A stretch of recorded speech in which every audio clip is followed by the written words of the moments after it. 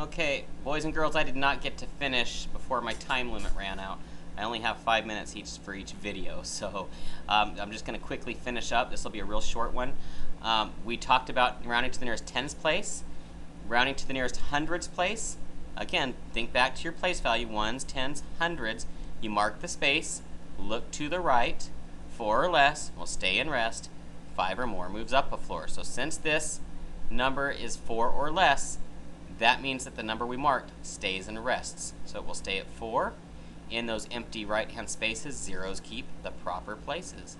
So that number is 1,400. If I go down to the next group of numbers here, 9 through 12, we do the same thing, but this time we're rounding to the nearest thousands place.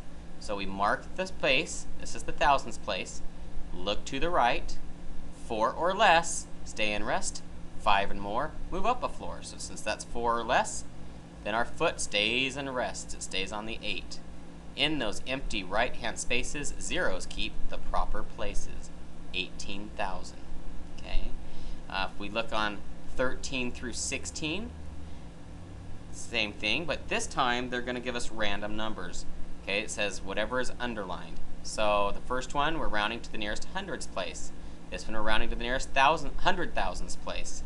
Number 15, rounding to the nearest 100,000, and 16 to the nearest 10 million. You still go through the same process. You mark the space, look to the right, 4 or less will stay and rest, so that stays at a 3. In those empty right-hand spaces, zeros keep the proper places. Okay, and then anything to the left stays the same. Good luck on your homework tonight. You guys will do awesome on this.